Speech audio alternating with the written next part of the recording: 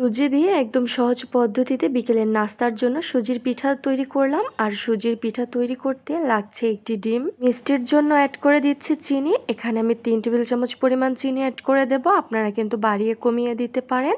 Add করে দেব vanilla essence. Vanilla essence দেওয়ার কারণে কিন্তু খুব সুন্দর একটি স্মেল আসবে। ভ্যানিলা এসেন্সের পরিবর্তে কিন্তু এলাচের গুঁড়াও অ্যাড করতে পারেন। এখন ডিমটাকে খুব ভালো মতো করে একটু সময় নিয়ে ফেটিয়ে নিচ্ছি, যতক্ষণ না পর্যন্ত চিনি গলে আসছে।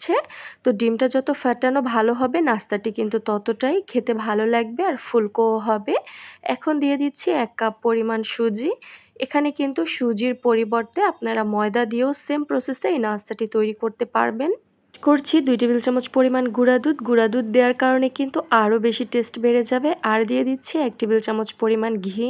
ঘি দেওয়ার কারণে কিন্তু খুবই সুন্দর একটা ঘ্রাণ আসবে এই নাস্তাগুলো থেকে। সুজির তৈরি এই পিঠাগুলো কিন্তু খুবই ভালো লাগে খেতে, আর ঘি দেওয়ার কারণে আরও ভালো লাগবে। এখন আমি কাঁটা চামচ দিয়ে খুব ভালো মতো করে সুজির এই ডোটাকে মেখে নিচ্ছি। চাইলে হাত দিয়েও মেখে নিতে পারেন। আর এখন কিন্তু এই ডোটা একটু পাতলা অবস্থায় থাকবে, কোনো টেনশন করবেন না। 20 মিনিটের মতো ঢাকনা দিয়ে ঢেকে রাখবেন, তাহলেই কিন্তু ডোটা একদম আঠালো হয়ে যাবে। একটু সময় দিতে হবে ডোটাকে পারফেক্টভাবে সেট করার জন্য। তারপর কিন্তু ইচ্ছে মতো হাতে ঘুরিয়ে এই পিঠাগুলো বা নাস্তাগুলো বানিয়ে নিতে পারবেন। তো আজকে আমি ঠিক এভাবে এই পিঠাগুলো তৈরি করে নিচ্ছি, দেখে তো বুঝতে পারছেন। 2 হাতের মধ্যে এভাবে ঘুরিয়ে নিলেই কিন্তু খুব সুন্দর একটি নাস্তার শেপ হয়ে যাচ্ছে। আর সুজির তৈরি যেকোনো জিনিসই কিন্তু সাথে সাথেই ভাজার জন্য তেলের মধ্যে দিয়ে দেবেন, রেখে দিবেন না, এতে কিন্তু শেপ নষ্ট হয়ে যায়। আর সুজি সিদ্ধ করে যে পিঠাগুলো বা নাস্তাগুলো তৈরি করা হয় সেগুলো কিন্তু চাইলে রেখে দিতে পারেন, কারণ সেগুলো একটু শক্ত থাকে। আর এগুলো যেহেতু কাঁচা অবস্থায় সুজি আমি নাস্তা বানাচ্ছি, তাই এই নাস্তাগুলো কিন্তু খুবই নরম রয়েছে।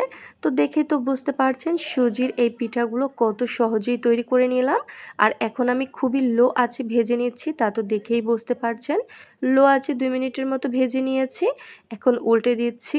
সুজির এই পিঠাগুলো কিন্তু বানিয়ে নেওয়া খুবই সহজ। আর এই পিঠাগুলো কিন্তু চুলায় চা বসিয়ে বাসায় কোনো গেস্ট আসলে তাদের জন্য ঝটপট তৈরি করে নিতে পারবেন। খুব সুন্দর ভাজা হয়ে যাচ্ছে কিন্তু। আর সুজির তৈরি নাস্তাগুলো কিন্তু চাইলে কম তেলেও ভাজতে পারবেন, আবার চাইলে বেশি তেলেও ভাজতে পারবেন। আর সুজির তৈরি পিঠাগুলোর মধ্যে কিন্তু কোনো তেলই ঢুকে থাকবে না। উঠানোর সাথে সাথেই কিন্তু উপর থেকে ড্রাই হয়ে যাবে, আর ভেতর থেকেও কিন্তু একদম তেল থাকবে না, দেখেই তো বুঝতে পারছেন। খেতেও কিন্তু অনেক মজার হয়। জিরে পিঠাটি এতটাই মজার হয়ে থাকে যে অতিথি আপ্যায়নেও কিন্তু ঝটপট এই পিঠাটি তৈরি করে নিতে পারেন।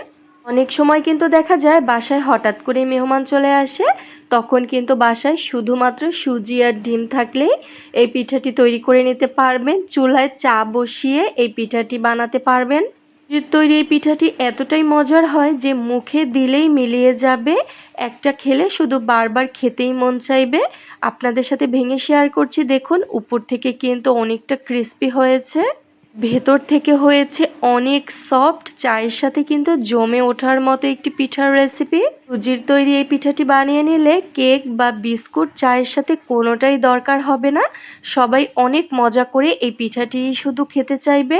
পরিবারের ছোট থেকে বড় সবাই অনেক পছন্দ করবে সুজির এই পিঠাটি খেতে।